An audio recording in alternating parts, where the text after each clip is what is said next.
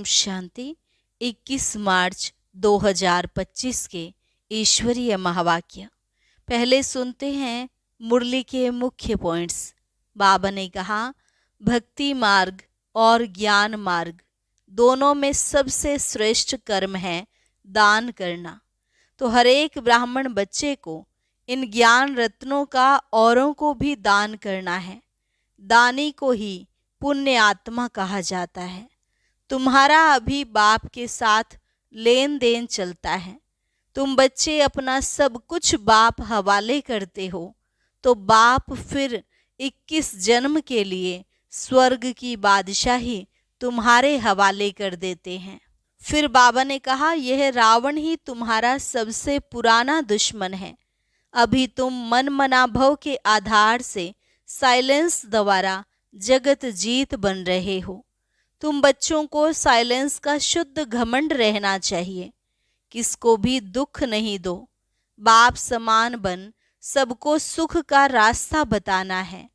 यह है शिव ज्ञान यज्ञ, जिसमें तुम अपना तन मन धन सब खुशी से स्वाहा कर देते हो। लास्ट में बाबा ने कहा, हम आए हैं तुम बच्चों को फिर से स्वर्ग का वर्षा देने।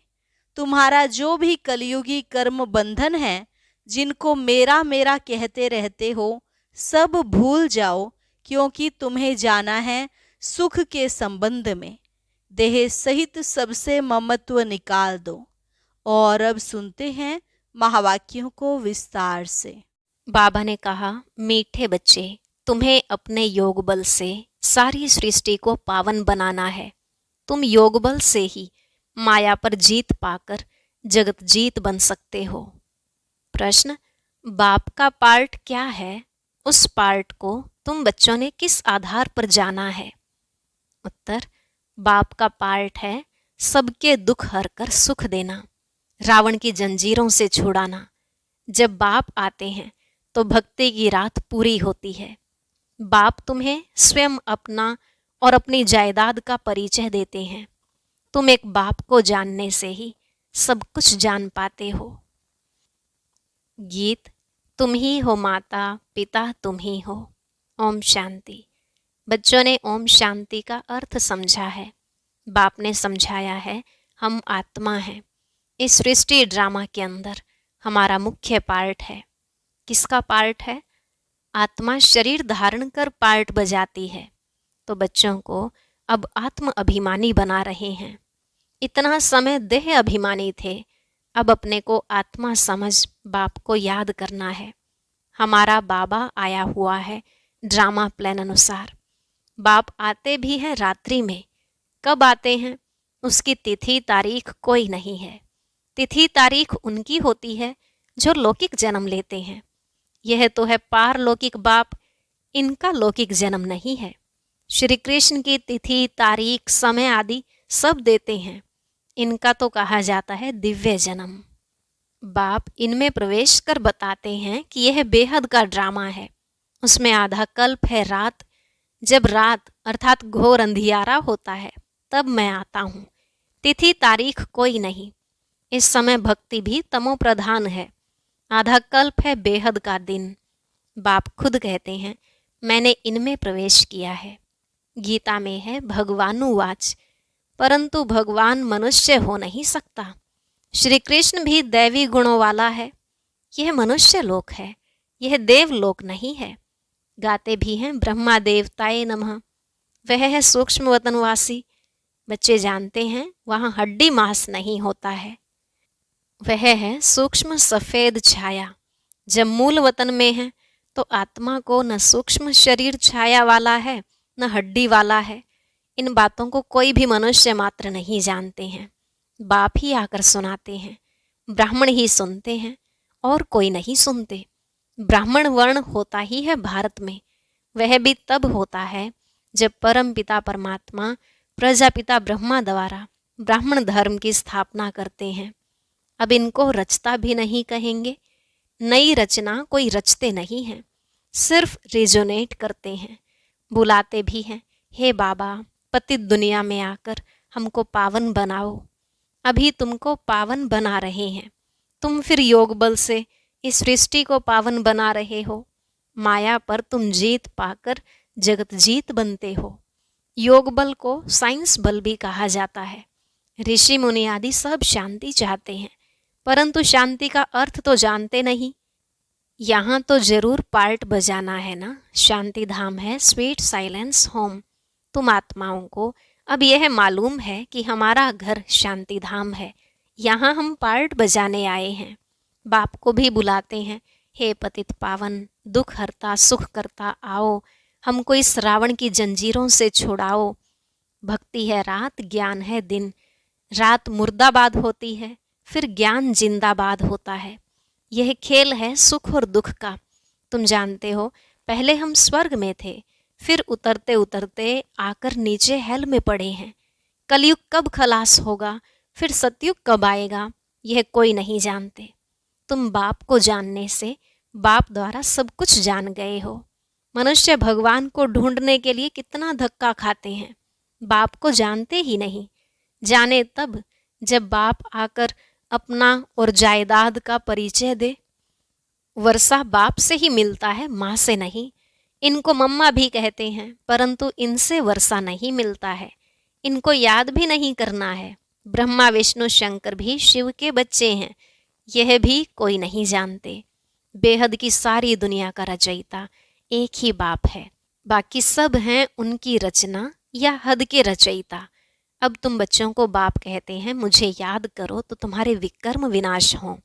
मनुष्य बाप को नहीं जानते हैं तो किसको याद करें। इसलिए बाप कहते हैं, कितने निधन के बन पड़े हैं। यह भी ड्रामा में नोंद है। भक्ति और ज्ञान दोनों में सबसे श्रेष्ठ कर्म है दान करना। भक्ति मार्ग में ईश्वर अर्थ दान करते हैं। किस लिए? कोई कामना तो जरूर रहती है। समझते हैं जैसा कर्म करेंगे वैसा फल दूसरे जन्म में पाएंगे। इस जन्म में जो करेंगे उसका फल दूसरे जन्म में पाएंगे। जन्म जन्मांतर नहीं पाएंगे, एक जन्म के लिए फल मिलता है। सबसे अच्छे से अच्छा कर्म होता है दान। दानी को पुण्य आत्मा कहा जाता है। भारत को महादानी कहा जाता है। भारत में जितना दान होता है उतना और कोई खंड में नहीं।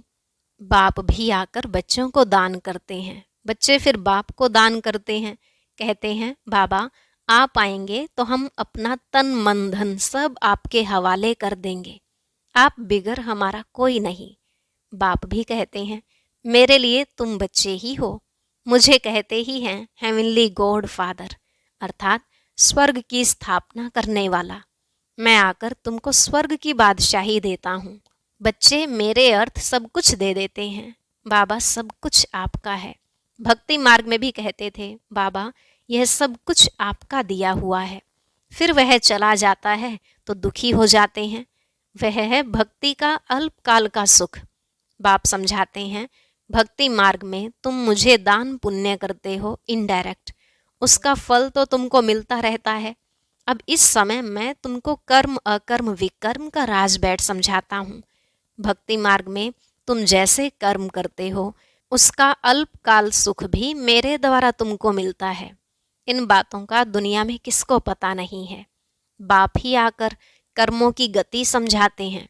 सतयुग में कभी कोई बुरा कर्म करते ही नहीं, सदैव सुख ही सुख है। याद भी करते हैं सुखधाम स्वर्ग को, अभी बैठे हैं नर्क में, फिर भी कह देते फलाना स्वर्ग पधारा। आत्मा को स्वर्ग कितना अच्छा लगता है, आत्मा ही कहती है ना फलाना स्वर्ग पधारा, परंतु तमो प्रधान होने के कारण उनको कुछ पता नहीं पड़ता है कि स्वर्ग क्या नर्क क्या है। बेहद का बाप कहते हैं, तुम सब कितने तमो प्रधान बन गए हो। ड्रामा को तो जानते नहीं, समझते भी हैं कि सृष्टि का चक्र फिरता है तो जरूर हूबहू फिरेगा ना। वह सिर्फ कहने मात्र कह देते हैं। अभी यह है संगम युग, इस एक ही संगम युग का गायन है। आधा कल्प देवताओं का राज्य चलता है, फिर वह राज्य कहाँ चला जाता है, कौन जीत लेते हैं, यह भी किसको पता नहीं। बाप कहते हैं रावण जीत लेता है। उन्होंने फिर देवताओं और असुरों की लड़ाई बैठ दिखाई है। अब बाप समझाते हैं 5 विकारों रूपी रावण से हारते हैं, फिर जीत भी पाते हैं रावण पर। तुम तो पूज्य थे, फिर पुजारी पतित बन जाते हो, तो रावण से हारे ना। यह तुम्हारा दुश्मन होने के कारण तुम सदैव जलाते आए हो, परंतु तुमको पता नहीं है। अब बाप समझाते हैं, रावण के कारण तुम पतित बने हो। इन विकारों को ही माया कहा जाता है। माया जीत जगत जीत, यह रावण सबसे पुराना दुश्मन है। अभी श्रीमत से तुम इन 5 विकारों पर जीत पाते हो।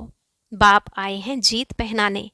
यह खेल है ना, माया ते हारे हार, माया ते जीते जीत। जीत बाप ही पहनाते हैं, इसलिए इनको सर्वशक्तिमान कहा जाता है। रावण भी कम शक्तिमान नहीं है, परंतु वह दुख देते हैं, इसलिए गायन नहीं है। रावण है बहुत दुष्टर, तुम्हारी राजाई ही छीन लेते हैं। अभी तुम समझ गए हो हम कैसे हारते हैं, फिर कैसे जीत पाते हैं। आत्मा चाहती भी है हमको शांति चाहिए, हम अपने घर जावें। भक्त भगवान को याद करते हैं, परंतु पत्थर बुद्धि होने के कारण समझते नहीं हैं। भगवान बाबा है तो बाप से जरूर वर्षा मिलता होगा, मिलता भी जरूर है, परंतु कब मिलता है फिर कैसे गंवाते हैं यह नहीं जानते हैं। बाप कहते हैं मैं इस ब्रह्मा तन द्वारा तुमको बैठ समझाता हूँ, मुझे भी ऑर्गन्स चाहिए ना। मुझे अपनी कर्मेंद्रियां तो है नहीं, सूक्ष्म वतन में भी कर्मेंद्रियां हैं। चलते फिरते जैसे मूवी बाइस्कोप होता है, यह मूवी टॉकी बाइस्कोप निकले हैं तो बाप को भी समझाने में सहज होता है। उन्हों का है बाहुबल, तुम्हारा है योग बल। वह 2 भाई भी अगर आपस में मिल जाएं तो विश्व पर राज्य कर सकते हैं, परंतु अभी तो फूट पड़ी हुई है। तुम बच्चों को साइलेंस का शुद्ध घमंड रहना चाहिए। तुम मन मनाभव के आधार से साइलेंस द्वारा जगत जीत बन जाते हो। वह है साइंस घमंडी, तुम साइलेंस घमंडी अपने को आत्मा समझ बाप को याद करते हो। याद से तुम सतो प्रधान बन जाएंगे। बहुत सहज उपाय बताते हैं। तुम जानते हो शिव बाबा आए हैं हम बच्चों को फिर से स्वर्ग का वर्षा देने। तुम्हारा जो भी कलयुगी कर्म बंधन है, बाप कहते हैं उनको भूल जाओ।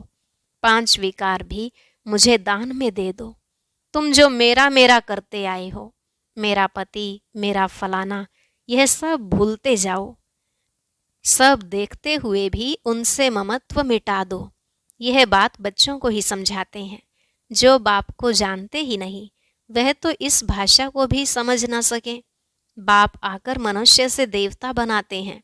देवताएं होते ही सतयुग में हैं, कलयुग में होते हैं मनुष्य। अभी तक उनकी निशानियां हैं, अर्थात चित्र हैं।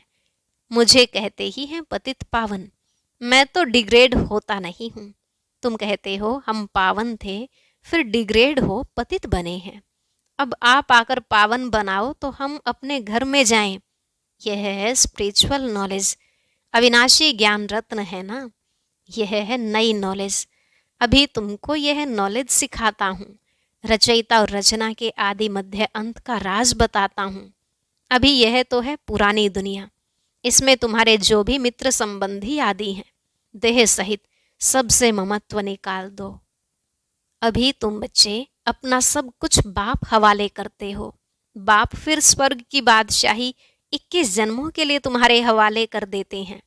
लेन देन तो होती है ना। बाप तुमको 21 जन्मों के लिए राज्य भाग्य देते हैं। 21 जन्म 21 पीढ़ी गाए जाते हैं ना, अर्थात 21 जन्म पूरी लाइफ चलती है। बीच में कभी शरीर छूट नहीं सकता, अकाले मृत्यु नहीं होती। तुम अमर बन और अमरपुरी के मालिक बनते हो। तुमको कभी काल खा न सके। अभी तुम मरने के लिए पुरुषार्थ कर रहे हो। बाप कहते हैं देह सहित देह के सब संबंध छोड़ एक बाप से संबंध रखना है। अब जाना ही है सुख के संबंध में, दुख के बंधनों को भूलते जाएंगे। ग्रस्त व्यवहार में रहते पवित्र बनना है। बाप कहते हैं माँ में कम याद करो, साथ साथ दैवी गुण भी धारण करो। इन देवताओं जैसा बनना है। यह है एम ऑब्जेक्ट। यह लक्ष्मी नारायण स्वर्ग के मालिक थे। इन्होंने कैसे राज्य पाया, फिर कहाँ गए, यह किसको पता नहीं है। अभी तुम बच्चों को दैवी गुण धारण करने हैं, किसको भी दुख नहीं देना है।